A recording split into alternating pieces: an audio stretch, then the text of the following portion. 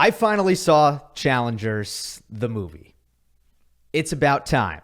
It took way too long. Various life things got in the way, but it's something that I'd been looking forward to for over 2 years. Release of the movie got delayed by the Hollywood actors strike. It's been on my radar for a while. It comes out. The reception has been exceptionally good, and that only added to my FOMO. Finally saw it. Big Euphoria fan. Big admirer of Zendaya as a result of Euphoria and the job that she did playing Rue. Tennis obsessive, as you all know. So I thought that this was going to be my jam, but also my expectations were not that this was going to be some incredible movie. Here's what I thought it was going to be. I thought it was going to be a rom-com that used tennis as the premise. Challengers is not that. It's actually a tennis movie. Like, I hereby categorize it as a tennis movie. And then beyond it being a tennis movie, it becomes pretty difficult to put into a genre. Drama, comedy, romance. I mean, it's kind of hard to do. Zendaya, in an interview with John Wertheim, said it's a complicated and beautiful mess. And I think that's pretty good. This was a movie about relationships, right? It's a love triangle in a lot of ways. And really, it's the individualism of tennis is untenable in real world relationships. And for me, that's what the movie was about. This is about three people who could all have had good relationships with each other, maybe different relationships with each other in nature, but they all should have had good relationships with each other. And they can't because they have a disease called tennis player. That's how I'd summarize what it's about. Now, they did such a good job of bringing the tennis life to the screen in a way that, made this really weird lifestyle and way of living something that became a reality in this movie. From hotel life being kind of the mise en scène, which is a snobby film word, but really it just means like, okay, where does this movie take place? Like, what does this movie look like? And ultimately, you have chain restaurants, chain hotels, and tennis tournaments. And those are really the only three places that the movie goes. And when you're kind of stuck in that world and you never get out of that world, it does create a certain environment that's not particularly pleasing, but is also a reality of the environment that tennis players are in 90% of the time. The other thing that the movie drove home is that being a professional tennis player can mean very different things based on your level of success. And, you have the contrast between Art and Patrick, one of them more successful than the other in the sport of professional or in the game of professional tennis. And therefore their lives are really different. And we all know that that's a reality. The other thing is like the struggle of identity. And it's like, who am I as a person?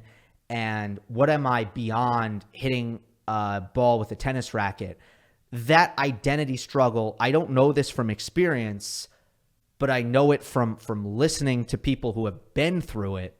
That's a trademark of the pro tennis player experience, especially when you look at retirement and what comes with all of that. And retirement is even a theme that played a role in Challengers. All of that stuff was it was great that they were able to convey that in such an artful way. Now, what about how the tennis looked? I thought that the way they shot tennis made the game look explosive and violent, fast, which I was really happy about. I think the last thing, the worst thing that could have happened was the tennis looks dainty, or, and slow and, pitter patter, or super like, lame, right? Like, you just don't want the tennis to look lame. It certainly didn't, from the sound mixing to the the pacing and the angles and I thought the tennis looked pretty badass. That doesn't mean it looked like realistic, because I don't think it looked realistic necessarily. But I thought it looked cool, fun to watch. You know, they spent a long time on the tennis. It wasn't just like, I don't know, like this was something that I guess was talked about a lot in the way Breakpoint was produced, where you'd get these little short segments of tennis actually being played, and then the vast majority of it was elsewhere. And I thought for a tennis movie, they did not shy away from basking in this one-on-one tennis environment at all. They didn't shy away from it. And there was a lot of eye candy within the experience of the tennis match itself, or the tennis matches itself, although one tennis match in particular was kind of a common thread that ran through the movie. There was one point that was shot and you were the ball. Like, you were the ball. Be the ball. That was the philosophy of that was the cinematography, the vibe of the cinematography of that particular point. It was pretty cool. That said, from a realism standpoint, obviously the main obstacle is you have to make actors look like pro tennis players. And that is mission impossible, which makes you appreciate how hard this game really is, because, you know, actors get to have a long time to prepare for these roles. They have incredible work ethics, and they are literally trained quite specifically in being hyper aware of how they're moving their bodies in ways that are supposed to, like, look real. The viewer is supposed to buy into these things. And, like, one example is one of my favorite shows going right now, my favorite show really going right now, is The Bear. And the actors in The Bear, like Jeremy Allen White, needs to learn how to cut like a chef. And if you're cutting like a ding-dong, nobody's going to believe that you are that you have worked in Michelin star restaurants, right? Nobody's going to believe that. So you have to train how to move like a chef, how to talk like a chef, how to act like a chef. And I think being a chef is like one of the hardest things in the world. Don't get me wrong, in my opinion. But it's still easier to at least look the part on camera than to try to be a tennis player. And like these actors worked with Brad Gilbert, right? They had great coaching.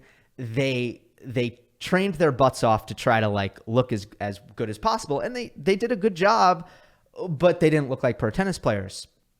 Specifically, the court positioning was pretty off. Like there were two examples. One where I don't know who it was, right? But he hit an approach shot and he had plenty of time to advance his position forward, and he just like stopped at the service line, right? And it's like, you don't want to stop at the service line, right? You're going to be hitting a volley from your shoelace. Like, you can close in on the net more.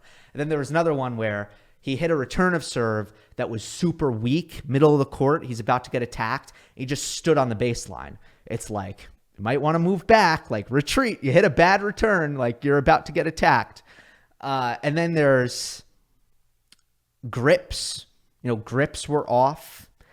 And then Zendaya in particular, I felt had a little bit of an issue just looking at the ball. Like, she was hitting a lot of shots with her head up. And obviously, in order to hit a tennis ball, you got to look at it. You got to look at it, or it's not going to go well. However, when they were shooting the tennis, they actually don't, and this was true in King Richard as well, when you look into how they actually do it, they're not hitting a ball. They're swinging a racket, but they're not hitting a ball. And the task for them is to pantomime as if they are hitting a ball, but they're not hitting a ball. Anyway, Zendaya I've really appreciated her interviews, and because she's been funny describing it, right? Because she watched a lot of tennis. She has watched a lot of tennis. And, when you watch it, at least in her words, she's like, oh yeah, I can do that. Like, I can definitely do what I'm looking at. And then you go out there and you try to do it. You try to actually hit a ball. You try to play tennis at a high level. And it's like, oh no, I can't do that. It's damn hard. So I don't know. I my appreciation for all of it almost grows when I watch tennis movies and I watch really talented people struggle to look like professional tennis players and have great technique and all that. There are also some inaccuracies. Here are the main ones that stood out to me. Court 17 at the U.S. Open was used as Atlanta, and anybody who's kind of familiar with Court 17 at the U.S. Open could have been like, yeah, that's not Atlanta. There was a delay of game warning between first and second serves. I think that's a good idea. I actually am in favor of a limit to how long you can take between first and second serves, but that's not currently in the rules. So you can take as long as you want between first and second without getting a warning. There was also the challenger struggle, and you had Patrick sleeping in his car at one point, and this was very early on in the movie. It's not really a spoiler, like it's literally like right away you'll see this. So sleeping in his car, and in a way that's accurate because I know that is a part of the professional tennis player experience for some. Particularly, I've heard stories of that on the Futures Tour and maybe the lower ITFs.